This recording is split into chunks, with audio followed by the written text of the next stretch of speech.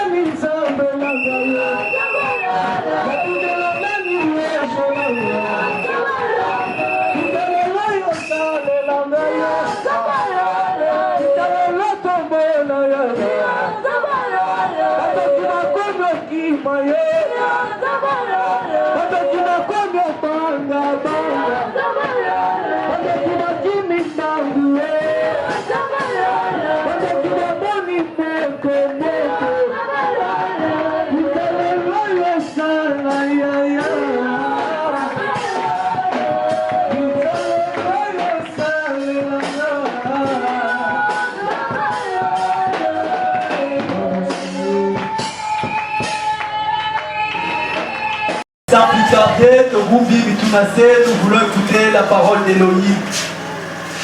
La parole d'Élohim ne passera jamais. Cela restera éternellement.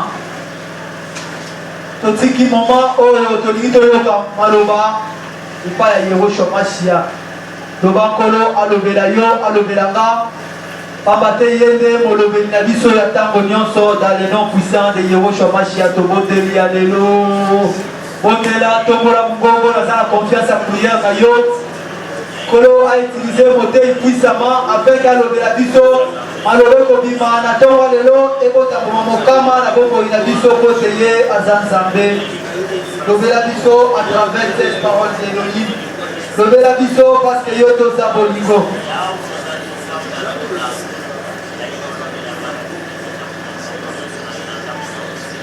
Gloire. Parle-nous à travers ces paroles d'Élohim. Tu es le redoutable, tu es incomparable.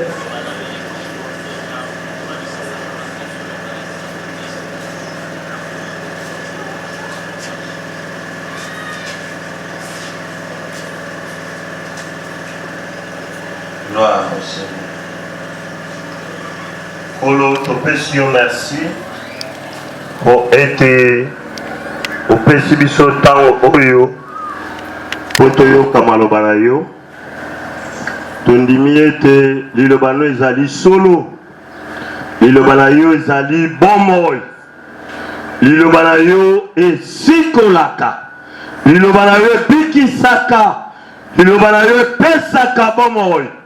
Mpe na ndimi ete na tongwa lelo moto nyonso abelemi liboso na yo na mikakatano, na likambo na motema, na maladi songolo abima te ndenge ye po bayi nyonso baye epai na yo batikala ndenge moko te. Amen. Na bebi singu ya nyonso ya molili oyo ememaka incrédulité na moma ya mateya, oyo ememaka distraction ebando libérer ce lieu dans le nom puissant de Yehoshua HaMashiach. Lobela biso, lakisa biso, poto sosola nini oyo lingi biso toyeba, pendenge nini tokotambola na se na moi. Dans le nom puissant de notre Seigneur Yehoshua HaMashiach, oyo andima kokufa pe asekwa pona biso nde tobondeli.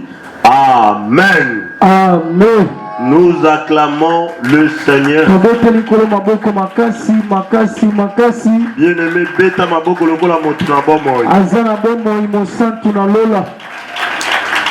Le seul nom qui guérit, c'est le nom de Yehoshua.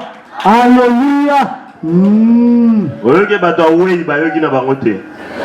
Le seul nom qui libère. Le seul nom qui sauve. Sogeza bongo pete lankolo maboko. Na ba cri de joie. na baka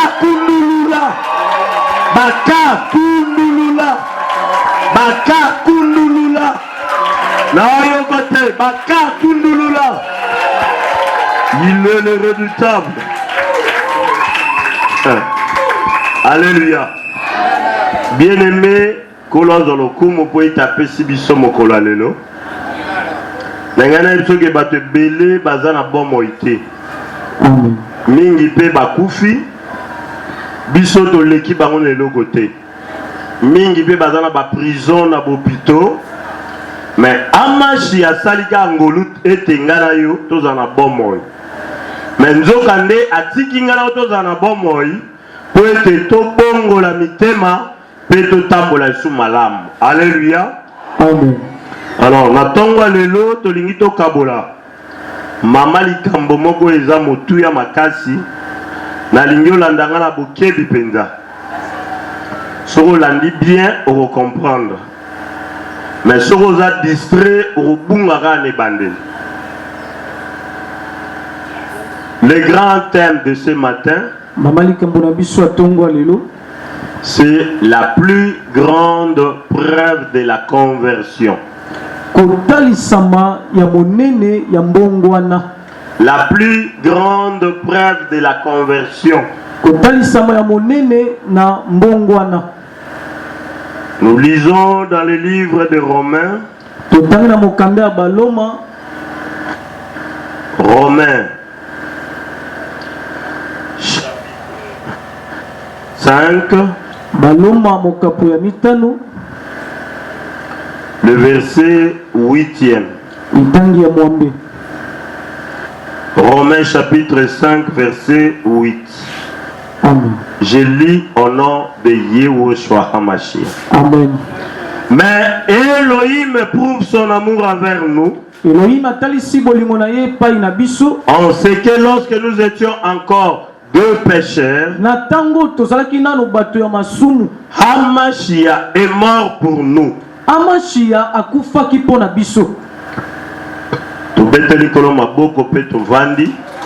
Amen. Voilà. Bien-aimé, Tozorobela. Preuve ya monene o ezotalisé te biso to bongwana. Likambo ya motuya o ezolakisé te yo o changea. La plus grande preuve de la conversion. Qu'est-ce qui peut éprouver tes comportements ou ton attitude? Qu'est-ce qui peut changer les caractères de ta vie? Qu'est-ce qui peut se manifester après qu'une personne ait réussi le Seigneur dans sa vie? Quelle est la plus grande preuve de ta conversion? Qu'est-ce qui prouve que toi tu t'es réellement repenti? Quels sont les fruits de ta repentance? Montre-moi les fruits de ta conversion. Bien-aimé, la Bible dit ceci. Mais Hamashiach prouve son amour envers nous. Lorsque nous étions encore pécheurs, il est mort sur la croix pour nos péchés.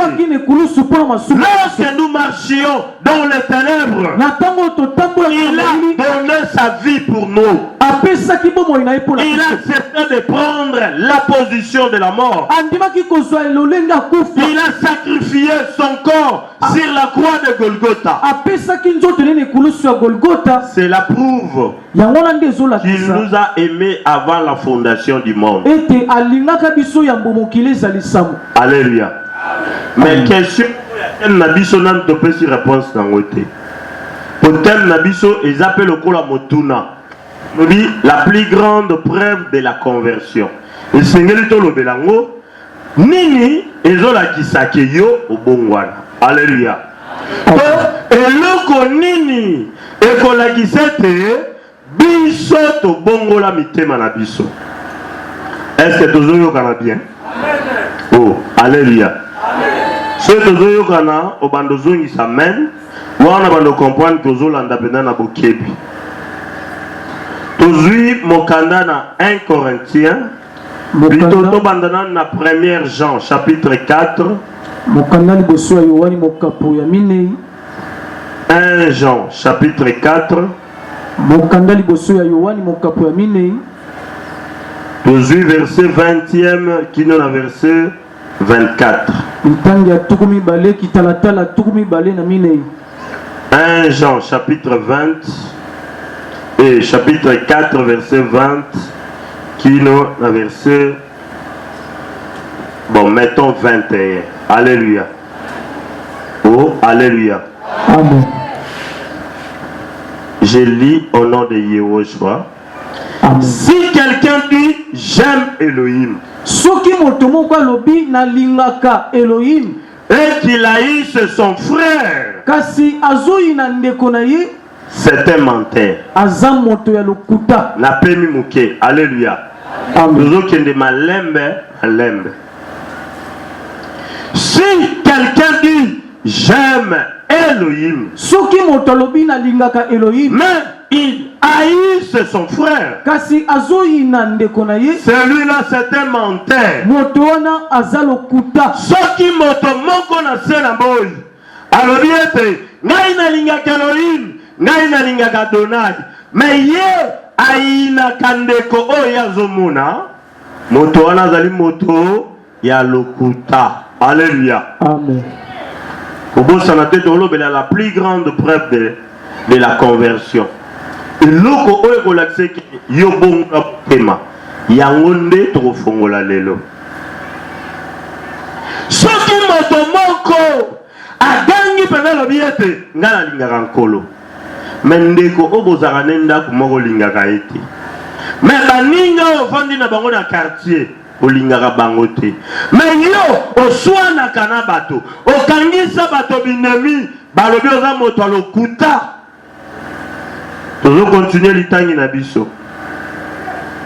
Car celui qui n'aime pas son frère qu'il voit, moto azo sepela te na ndeko na ye o azomona, comment peut-il aimer Elohim qu'il ne voit pas? boni boni akolingaka Elohim oyo amonaka te.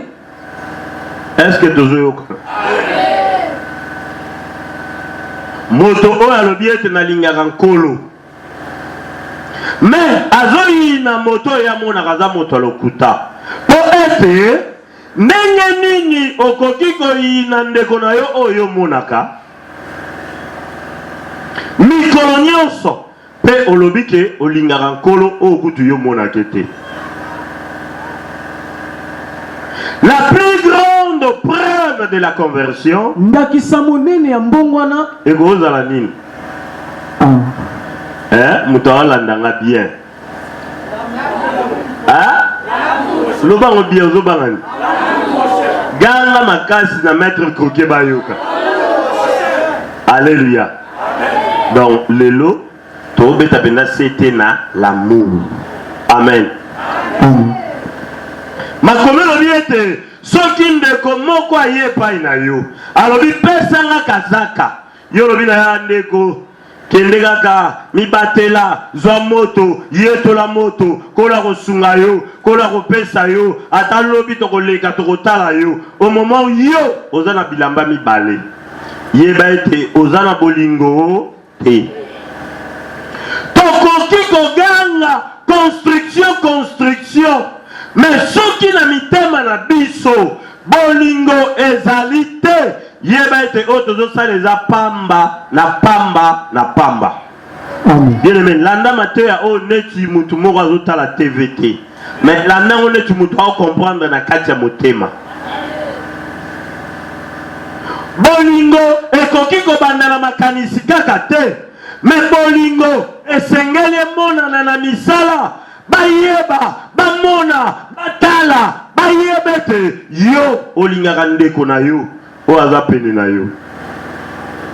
Nasala un reportage moko na télévision moko nalobi ete la République démocratique du Congo a de sérieux problèmes po ete na bato bazokamba mboko oyo bolingo ya batu zate.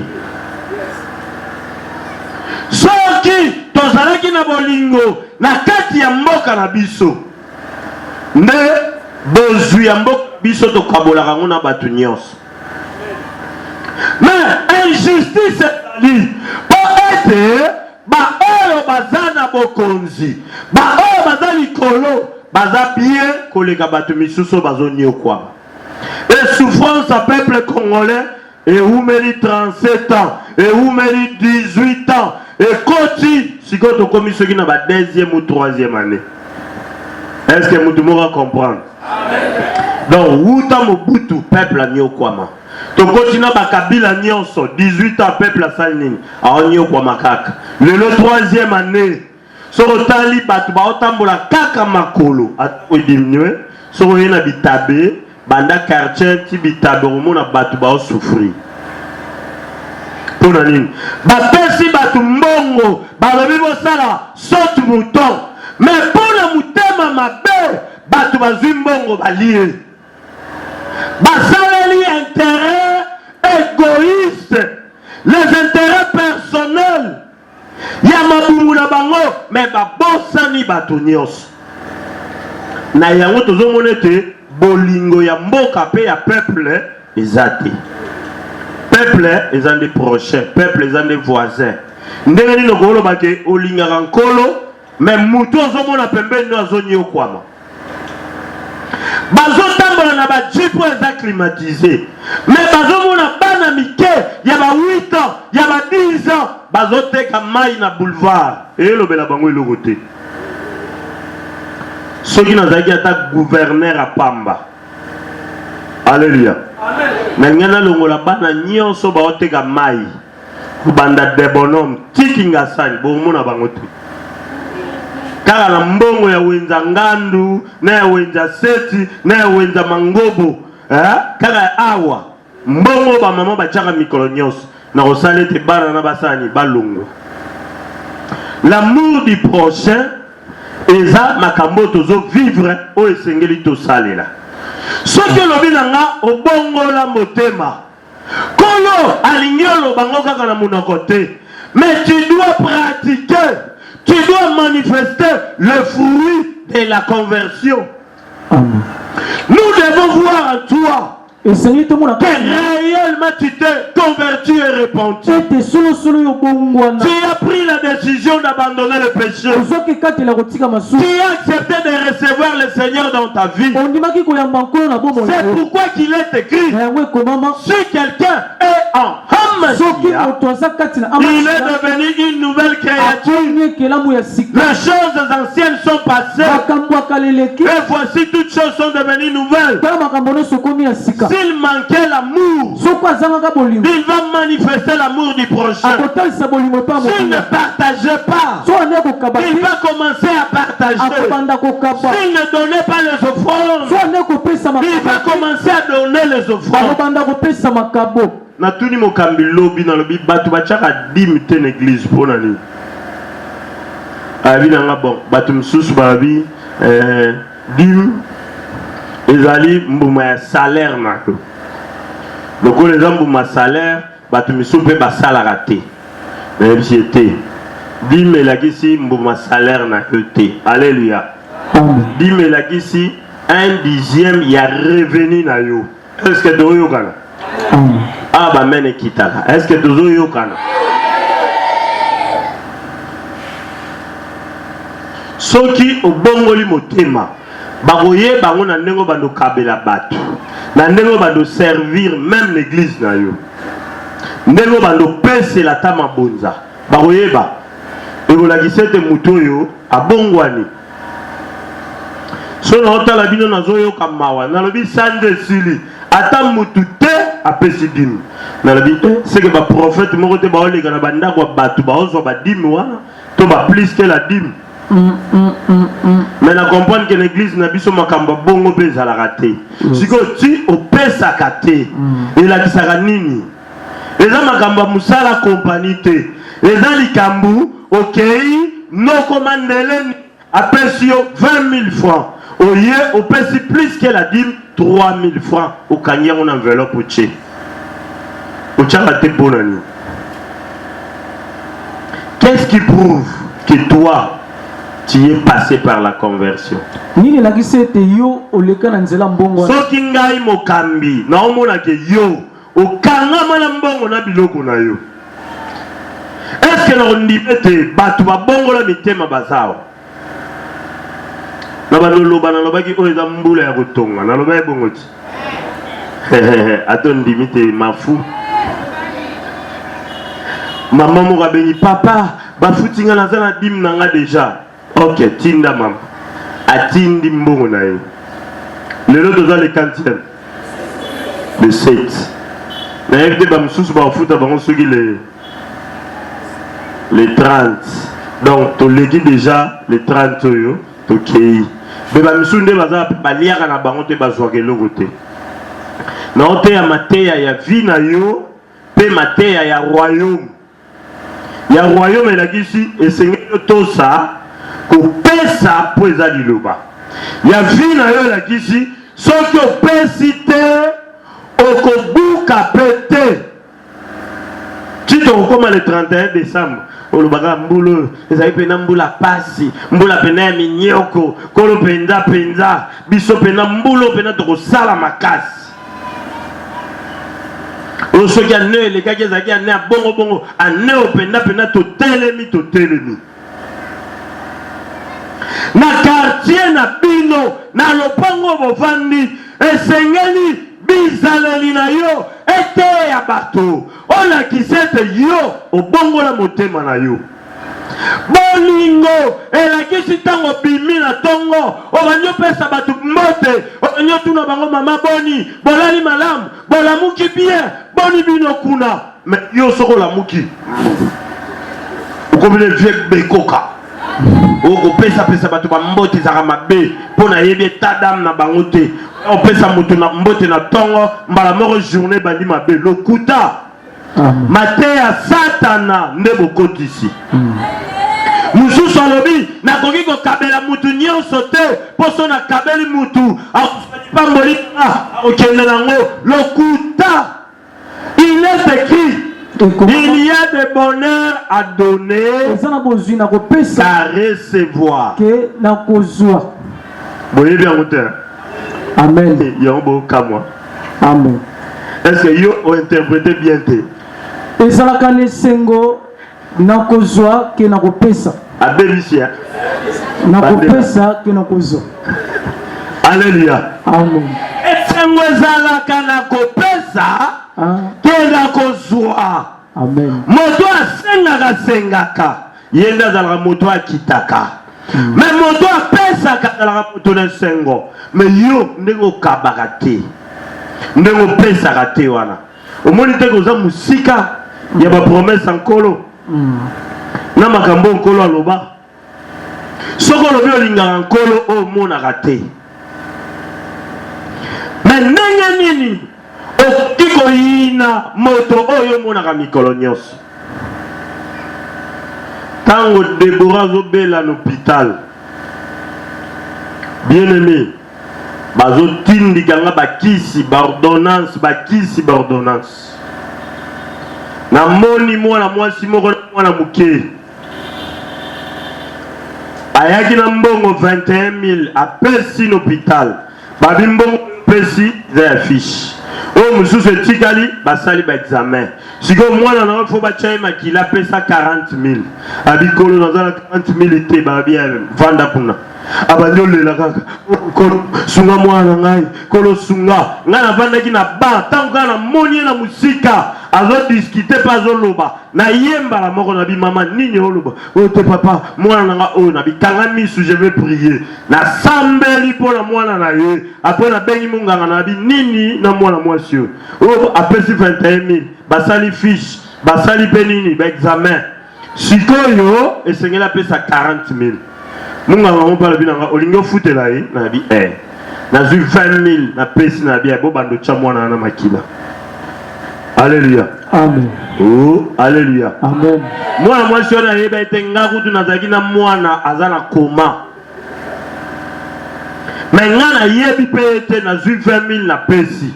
Baminga na nyonso batali nga na infirmier batali papo yo penda.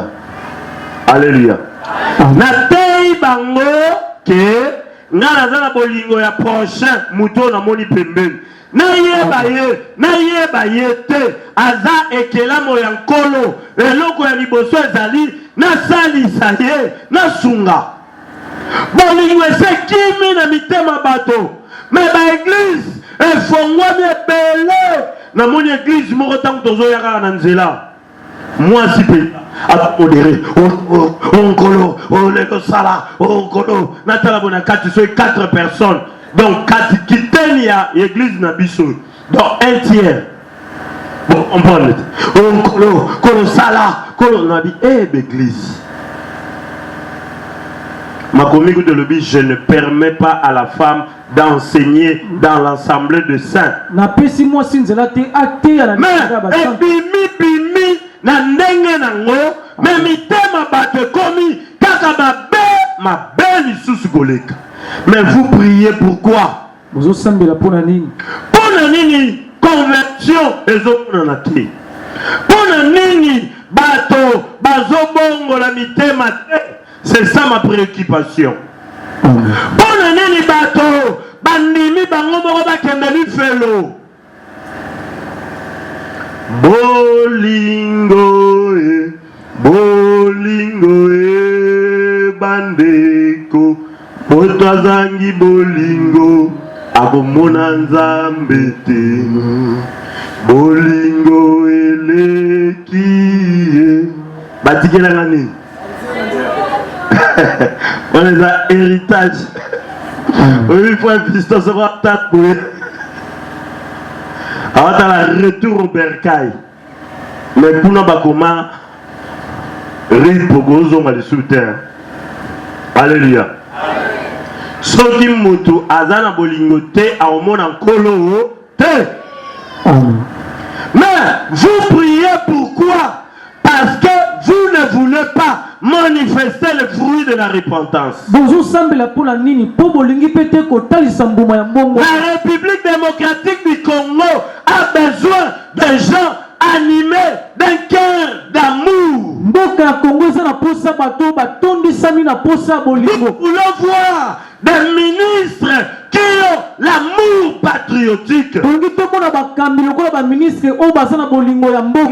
voir des députés qui ont l'amour de la population. Nous voulons un gouvernement responsable. Animé na vision vision à malam. Alléluia. Là la politique à terre. Politique mais ma terre la terre a président de la République qui est huissier. Est-ce que tu veux? Parce que l'autorité qui est établie doit rendre des comptes à notre Seigneur. Et moi, je suis le ministre d'Adonai. Le Seigneur m'a envoyé dans ce pays pour voir si l'autorité numéro 1 est en train de faire son travail comme la volonté du Seigneur. Alléluia. Amen. Alléluia. Amen. Tolingi ba ministre ba bongwani o bazana mutema. Ba ministre bazolinga mboka. Soki ba ministre balingi mboka, ndebo komona te makambo ebele ko changer. Na kati ya ba famille na biso, foto mona bolingo o eza sincère et véritable. Amen. Bolingo sala mutu mabete. Bolingo eyinakate. Bolingo ekanisela rappel muninga mabete. Soki mutu aye 23h oyo bayebisinga bamona kiona fille wana zaka na venya sima. Seke ndeko kotia outi kaka na venya sima. Te. Wana bolingo te. Amen. Bolingo epekisi na kati ya famille okanisela muninga mabe. Alléluia. Amen. Alléluia. Amen. Marc chapitre 12. Je lis le verset 30 et le verset 31.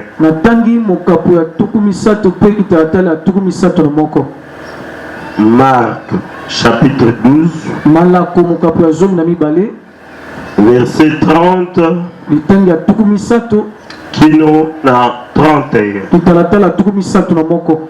Tu aimeras le Seigneur ton Elohim de tout ton cœur, okolingaka nkolo Elohim na yo na motema no mobimba, de toute ton âme, na molema na yo, de toute ta pensée pe na makanisi na yo nyonso, et de toute ta force. okolingaka epi na makasi na yo nyonso. Voici le second.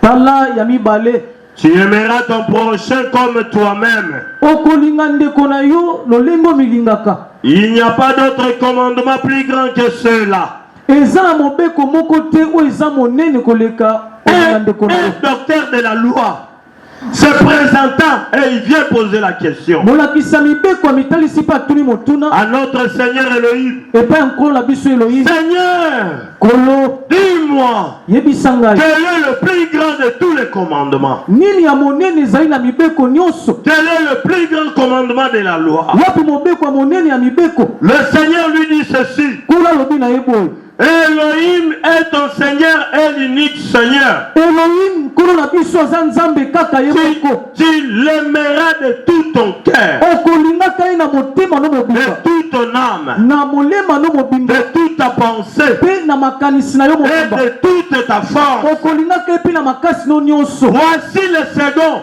Tala ya mibale, Tu aimeras ton prochain comme toi-même. okolinga ndeko na yo lokola yo moko. À part cela, na nsima na yango il n'y a pas un autre commandement. eza na mobeko mosusu. Qu'est-ce que le Seigneur le dit? nini nkolo alinga loba? Même si vous avez le 10 commandements, atako boza na mibeko zomi, mais nous avons réduit tous ces 10 commandements en 2 commandements seulement. tokitisi mibeko wana nyonso na mibeko mibale. Le premier des commandements, mobeko ya yambo, tu aimeras le Seigneur ton Elohim lui seul. okolinga nkolo Elohim na yo kaka ye Tu moko. dois l'aimer lui-même. esengeli olinga kaka ye moko. Le second commandement, mobeko ya mibale, tu aimeras ton prochain comme toi-même. okolinga ndeko na yo lokola yo moko milingaka. Alléluia. Amen. Tant que un internat, bapesi biso ba 10 commandements.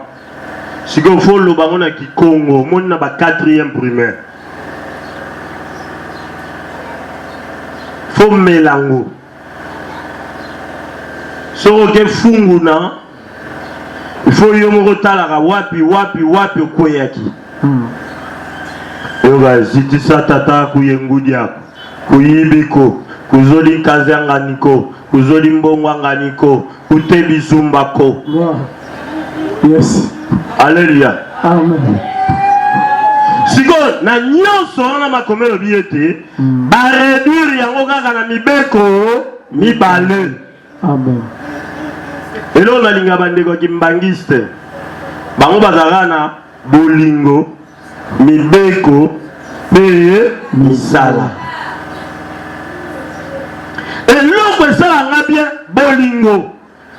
Maman moko auta poto na mobile na ba kenkamba tango bazongi babi pasteur toya l'année prochaine sala tout tokende nkamba.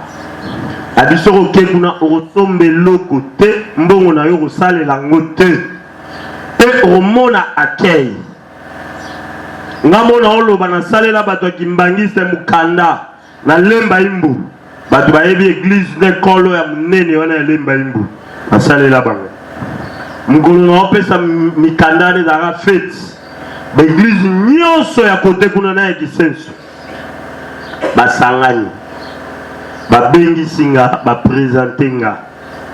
Tant ba silisi ba memi biso na ba représentant bourgmestre ba pesi biso biloko to lié.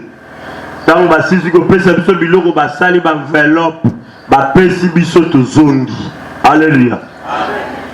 Soki bino na ye a bolobi o pasteur zalaka bien omoni musalo salaka kola ko pambola yo kende ka malam na okende na kolala te. Amen. Mais na ko comparer na église ya Kimbangisto na kendaka na liaka nini na zongaka pe na nini. Amen.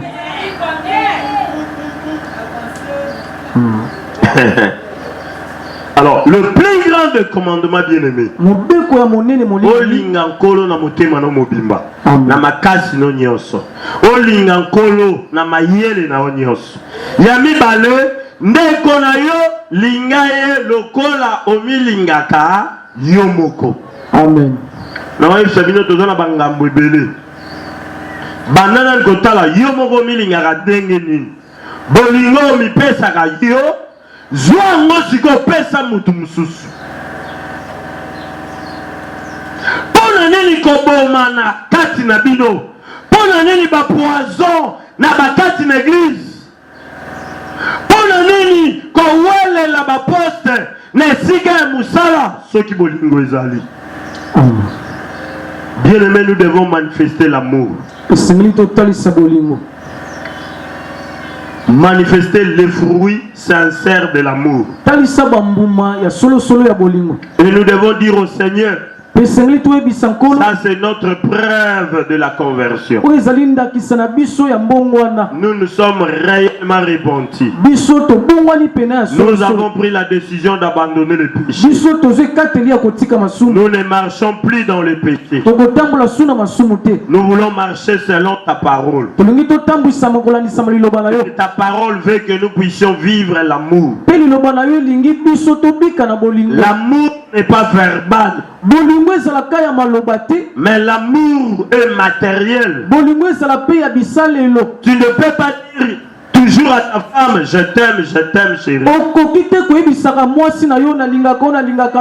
moment où tu ne sais pas amener même des pommes pour ta femme, tu ne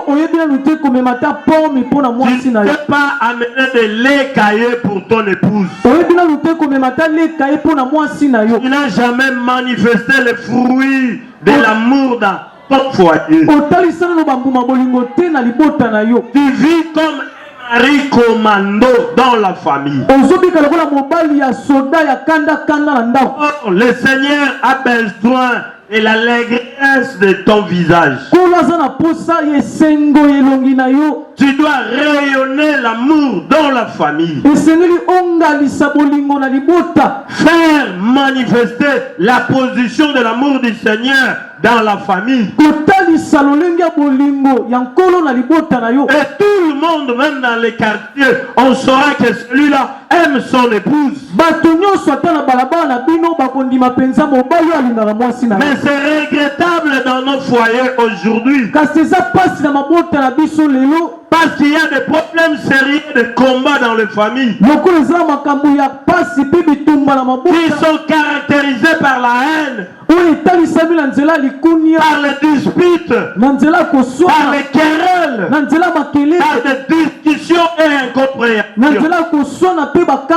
Oh, 1 Corinthiens chapitre 13 verset 1er à verset 3. Ceci. Si j'ai tous les dons dans le monde, mais si je n'ai pas l'amour, je suis un symbole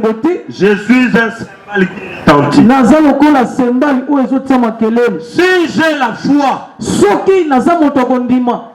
qui m'amène à transporter même les montagnes, si même j'ai le don de prophétie, mais si je n'ai pas l'amour, cela ne me sert à rien. Si tu es intercesseur ou évangéliste, le Seigneur a besoin de la disposition de ton cœur. Si ton cœur manifeste l'amour, Adonai va t'utiliser avec puissance et autorité. Il va t'accompagner par de dons puissants et de guérison. Le fruit de l'amour doit être matériel. Nous devons le palper. Nous devons le toucher. Une église qui n'a pas l'amour ne méritera jamais le royaume de Dieu. Les fidèles qui n'ont pas l'amour iront en enfer. Si tu n'as pas l'amour, tu ne verras pas le Seigneur. Même si les témoins de Jéhovah disent l'enfer n'existe pas. Mais il dit ceci. Celui qui n'a pas l'amour ne verra pas le Seigneur. Même si nous ne monterons pas au ciel, il y aura une nouvelle Jérusalem qui descendra. Celui qui va entrer dans la nouvelle Jérusalem, c'est seulement celui qui a l'amour. Et le test de l'amour, tu dois le faire avec ton prochain. Tu dois le manifester avec ton prochain. Si tu es marié avec ton conjoint, si tu es marié, tu dois manifester l'amour avec ton conjoint. Voilà, alléluia. Amen. Bolingo yangonde ezosanga biso. Ayebisa bino quand on a na bande église eloko kolo abendanga matoi ke sengeli église ezala église o ezana bolingo. Soki église ezana bolingo te tokomona bokonza likolo te. Tokoki koya l'église te tolobela ba prophétie tolakisa bilamba tolati. Mais loko ya motuya o tokoki kosalela eza bolingo. Soki tosaleli bolingo na ba quartier bato tovanda na bango bakoya na église o sans que biso tobenga bango. Amen. Nga na mona bato balongwe na église o bazalaka bandimi koya po ete bamonaki bino na bolingo. Alléluia. Amen. Alléluia. Na yemsi bino nga na uta bilanga na buki tala saki ya pondo na kangi maboke na kaboli yango na ba voisin nyonso na pesi na lupango na pesi na lupango wana pesi na lupango wana na pesi na lupango face na pesi na lupango nyonso. Donc mukolo wana bango nyonso balambi pondo. Est-ce que doyo kana? Amen. Bambongo oyo zalaka nango osala nango neti nini? Na sepeli tango bien-aimé David azo témoigner. Bango baleki o balandaki biso. Donc ye na bikuku tovanda na bango lupango na biso etalani na bango. Alléluia. Amen. Donc ayebi ndenge biso tokola, ayebi makambo biso tosala. Et tant na zonga ki na yoki ke ya bongola motema na sepelaki su makasi. Amen. Amen. Et là-ci, à côté penda comme il sous ndeko.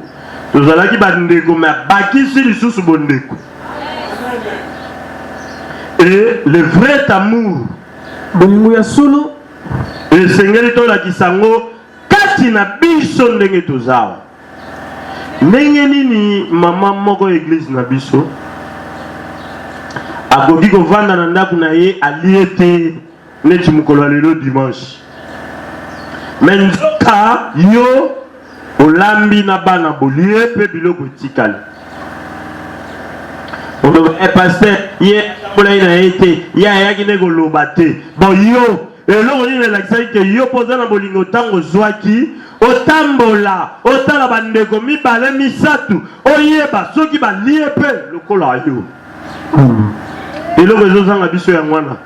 Balobi ete bandeko église primitive baumelaki na bomoko bachaki biloko na bango na bomoko mobola azalaki te kati na bango mokeleli azalaki te kati na bango. Il vivait dans la fraction de pain. Babikaki na bokaboli ya lipa. Et la discussion dans un lipa la kati na pesio. Neti ba soda, neti ba scout. Là za scout na seta. Et la discussion aux huiles lipa na katelio na katelier na katelier. Donc on lia ngo jamais nga moko. Bon avant là la frère na ki scout na nga bateya makambo malamu. Alléluia. Amen. Oh, alléluia. Autant les jeunes nous sommes mutema mabe comportement mbino elakisi azalata scouté elakisi asangala tana batute avant bongo la mutema tango ya l'église atikali su ndoki mutema kangama encore sabiso na kofukama mais na kati na ye abeba tombo epola libanda ba pakoli yango bien mais na kati na yo mbino okendeli felo. Amen. L'amour elinga makambo bongo te. Na reportage na lobby mokonja mboka na batu ya gouvernement esengeli bazwa mbongo bapesa ba congolais les jeunes entrepreneurs oyo baza na ba vision po ete basalela ngo pe bapesa ba jeune oyo baza na motema ya bolingo ya mboka pe bolingo ya population bapesa ba masaro te bapesa jamar te po jamar soka zimbongo akobima nango ake nango ezokende na banke na bango azotonga na mboka na bango me nga soki na zimbongo na otya na banke ya Congo na otonga mpe na mboka ya Congo. Alléluia. Donc okomprendre ka kope moko bato balingi balia bazwi batindiki yango epa jamar biso pe tolia o comprendre to coopérer yo lo ba boye biso pe to lia boye bolingo ya mboka ezate la RDC est tombée plus bas moke c'est quoi et quoi ezini mais oluka ba jeune o bazana bolingo ba tele mboka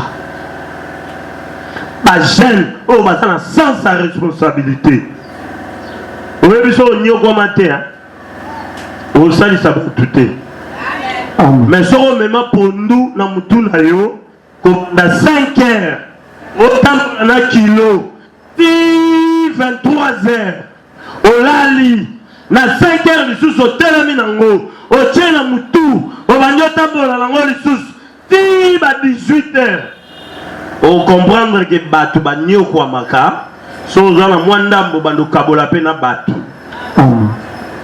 mais soko nyokwama te eza pasi po ete yosalisa bato problème nange eza mitema balobi le cœur de l'homme est torturé par-dessus tout. Motema ya moto etutisami ebebisami na likolo na nyonso. Bato bazosambela esengeli bakesene na bato basambelaka te. Bato bayaka na l'église esengeli bakesene na bato bakendaka église te na nzela ya bolingo. Tosalela ngo to manifester amour. Na ina tanga verset moko ya suka. Alléluia. Amen. Oh, alléluia. Est-ce que tu connais que tanga ngo? Bolembi. Modérateur tant ekoki. Tant ekoki mais yo pesa nga pe tamukie. Moi la minute na komi chef ya temps. So salinko olexi banzembo là parce qu'il faut la récupérer na moment ya matea o batu bayoka bien. En effet les commandements hein? Verset 9 Romains chapitre 13 hein? On appelle ça été hein? Romains chapitre 13 au bandit dans verset 9. Total à ceux qui te souka na combien? Bon, te souka na verset 10. Romains chapitre 13, verset 9 à 10. En effet, les commandements. Tu ne commettras point d'adultère. Tu ne tueras point. Tu ne déroberas point. Tu ne convoiteras point. Et ce qu'il peut y encore avoir se résumant dans cette parole. Tu aimeras ton prochain comme toi-même. L'amour ne fait point de mal au prochain. À part mi beko nyonso batangi. À part les 10 commandements bapesi. Nyonso et se résumé na mobeko moko. Esengeli yo lingande kona yo lokola yo moko. Nkolo na biso ava kende. Alobi na tikeli bino mobeko moko monene. Mobeko yango ezali ete bolinga na bino ndenge nga pe na lingaki bino. Mes frères, na obete la bino sete pona koyebisa yo okotonga okoluka musala okosala makambo nyonso mais kolo azota la disposition motema na yo. Si tu as l'amour nyonso okoluka ekopesa melayo. Mais na suka balobi ete l'amour ne fait point de mal au prochain. Bolingo esalaka mabe te pa ya moninga. Bolingo enyokolaka moninga te. Bolingo esalaka moninga mabe te. Elingaka pasi ya moninga te. Bolingo elingaka esengo ya baninga. L'amour ne soupçonne point le mal. L'amour ne se vante pas. L'amour ne s'enfle point d'orgueil. L'amour ne s'irrite point. L'amour ne cherche pas son intérêt. L'amour est patient. L'amour croit tout. L'amour supporte tout. Si tu as l'amour, tu verras le Seigneur. Si tu n'as pas l'amour, tu n'entreras pas dans le royaume de Dieu. Si tu as l'amour, tu dois le manifester dans ton église, dans ta famille, dans ton pays. C'est pourquoi il est écrit, pour l'amour de Sion, je ne me tairai point. Pour l'amour de Jérusalem, je ne prendrai point de repos. Pour l'amour de la RDC, je ne me tairai point. Pour l'amour de la RDC, je ne fermerai jamais ma bouche. Pour l'amour de la RDC, je dois parler parce que j'ai la mission de prier pour la République démocratique du Congo. Et chaque fois, je ne cesse de le dire. RDC Téléma, RDC Téléma, RDC Kendeliboso, RDC elongwa la maladie. Mboka oyo ezobela, esengeli mboko ebika, esengeli topesa ngo traitement, esengeli ezwa kisi. Mais pour RDC ezwa kisi, ezala posa batu ya mitema malamu.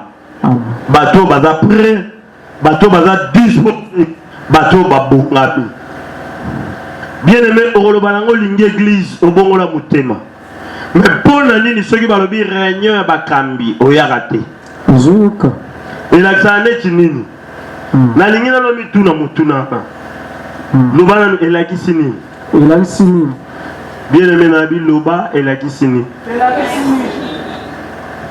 So balobi répétition oyaka te. Si on va le dire kilt à vendredi, mardi, on le dit à Waneza pour un petit peuple. Bisous de la dimanche.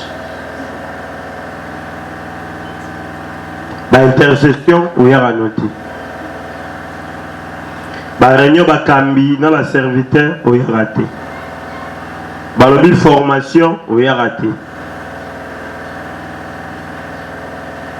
Si vous dites au salama kamboana. Est-ce que vous avez vraiment na bolingo l'église? Vous avez na bolingo ya bandeko ozaka na bango? Est-ce que vous avez sa pasteur que yo vous avez peut-être na bolingo te? Au moment que vous avez prouvé que ta conversion est salama penda bien te. Au moment que mbongwana na yo est comme une doute. Oyo oyaka noka sobe veneme zali. Est-ce que on comprendre que yo oza mondimi moko ya likolo. Mais nous sommes un royaume de sacrificateurs. Mutu ayeko tala muninga zate biso nyonso toza na musala kolo. Mais tango yo oyaka te. Au moment où vous avez une conversion, ils ont un doute. Ils ont bandé. Pour nous changer tes moula. La qui ça a été bolingo et zankolo yemoko. L'amour c'est une personne. Bolingo zamuto. Et l'amour c'est le Seigneur Yehoshua HaMashiach. Bolingo zankolo Yehoshua HaMashiach. Il est écrit si je vis, ce n'est plus moi qui vis, C'est Hamashia qui vit en moi. Si réellement le Seigneur vit en toi, nous allons le voir dans ta vie. Nous allons le palper, le voir dans ta vie. Nous allons voir le Seigneur dans ta vie. Nous allons le toucher. Il vit en toi. Si réellement tu l'as reçu, mon Seigneur est sauveur. Au cas contraire, un jour il te dira, ce n'est pas seulement celui qui m'appelle Seigneur, Seigneur, qui entrera dans le royaume des cieux, mais c'est seulement c'est lui qui fait ma volonté. Or, faire sa volonté, c'est de respecter le plus grand commandement qu'il a laissé. De vous aimer les uns les autres. De respecter le plus grand commandement qu'il a laissé. Tu aimeras le Seigneur ton Elohim de tout ton cœur, de toute ton âme, de toute ta force et de toute ta pensée. Et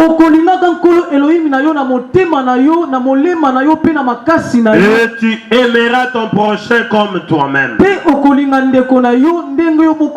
Si tu n'as pas l'amour, tu ne verras pas le Seigneur. Si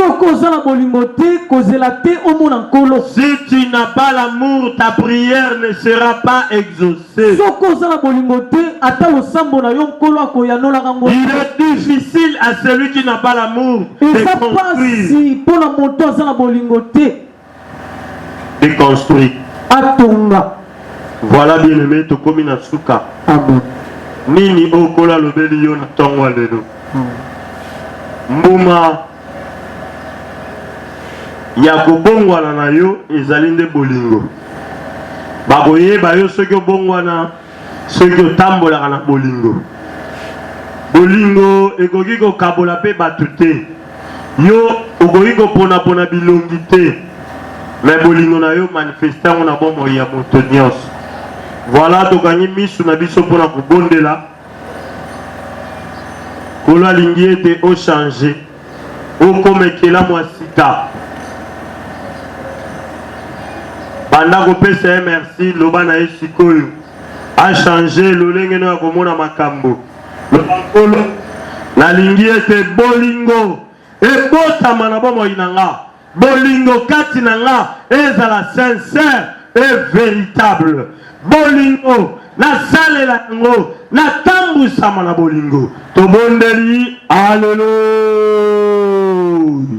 Oya modala Pelo TV meme libi ambiance boya kodala monde boya kodala Pelo TV meme libi nonde makambwe Pelo TV naleli